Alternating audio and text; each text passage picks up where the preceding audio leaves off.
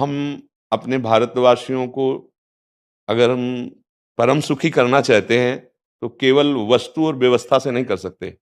उनका बौद्धिक स्तर सुधरना चाहिए।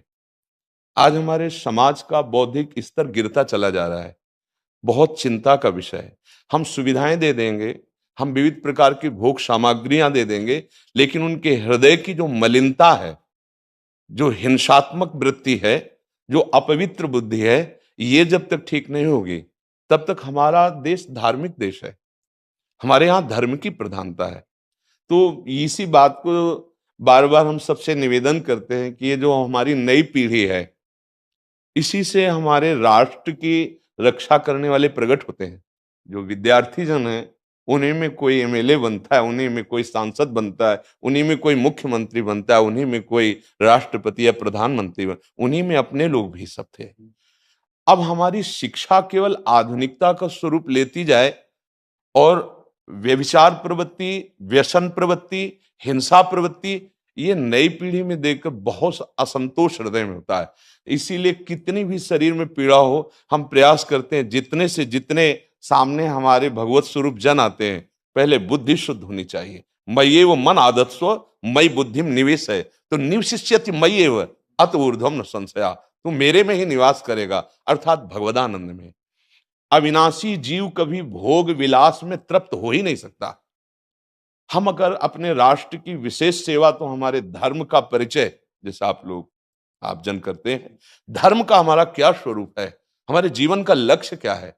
हमें जितना राम जी प्रिय हैं, कृष्ण जी प्रिय हैं, उतने ही भारत देश हमारे लिए प्रिय है।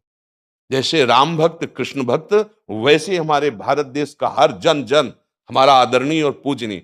पर अब जो मानसिकताएं बन रही हैं, वो हमारे धर्म और हमारे देश के लिए लाभदायक नहीं होंगी। व्यसन का इतना बढ़ता स्वरूप, व्यभिचार का इतना बढ़ता स्वरूप, हिंसा का इतना बढ़ता स्वरूप, ये बहुत ही विपत्तिजनक है। अगर ये बढ़ता रहा, तो हम विविध प्रकार की सुख सुविधाएं देने पर भी अपने देशवासियों को सुखी नहीं कर पाएंगे, क्योंकि सुख का स्वरूप विचार से होता है।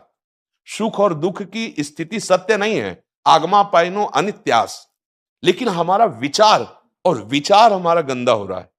बस हमारा उद्देश्य यही है कि हमारे देशवासियों का विचार शुद्ध होना चाहिए। अगर विचार शुद्ध है, तो राष्ट्र प्रियता, जन सेवा, समाज सेवा, ये सब स्वाभाविक होने लगेगा। और विचार अशुद्ध है, तो सुविधाएं बहुत हैं, उनका दुरुपयोग हो रहा है। तो बस आप सबसे बड़े बड़े जो उपदेष्टा जन हैं, जो बड़े बड़े धर्म की रक्षा के लिए भगवान ने जिनको भेजा है, उन सबसे यही प्रार्थना है कि सब व्यवस्था करते हुए हमारे देशवासियों की बुद्धि अध्यात्म को समझे। बिना अध्यात्म को समझे दुख सुख की समानता बिना किए परम सुख का अनुभव हो ही नहीं सकता। इस मायाकृत भोग पदार्थों को भगवान ने दुख योनया कहा है। मानो एक बोर्ड लगा दिया, दुखालयम अशाश्वतम।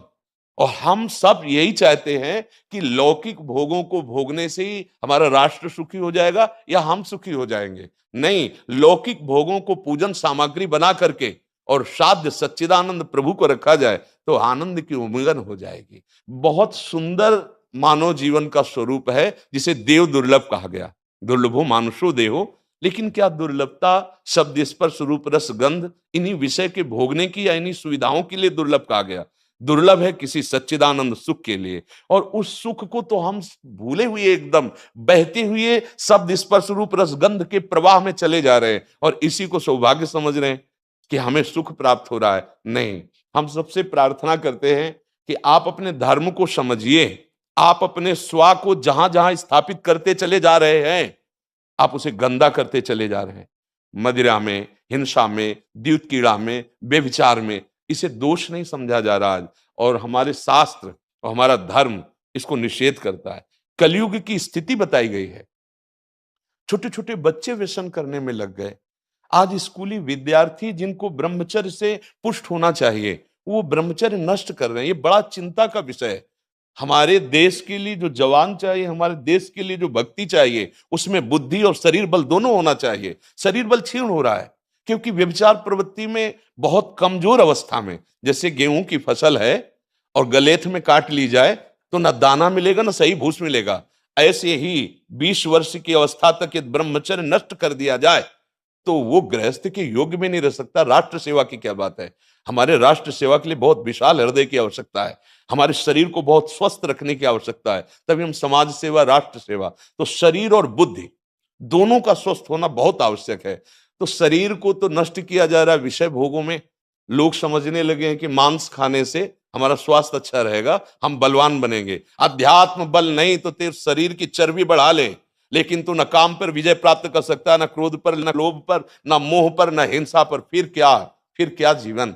तो इसीलिए हमारा बार बार हृदय में सबसे प्रार्थना है, जिस संत भगवान भी आते हैं, ये देखो इस समय आवश्यकता विचार शुद्ध करने की है, आहार शुद्ध करने की है, आचरण शुद्ध करने की है। हमारे देश ने चरित्र की पूजा की है।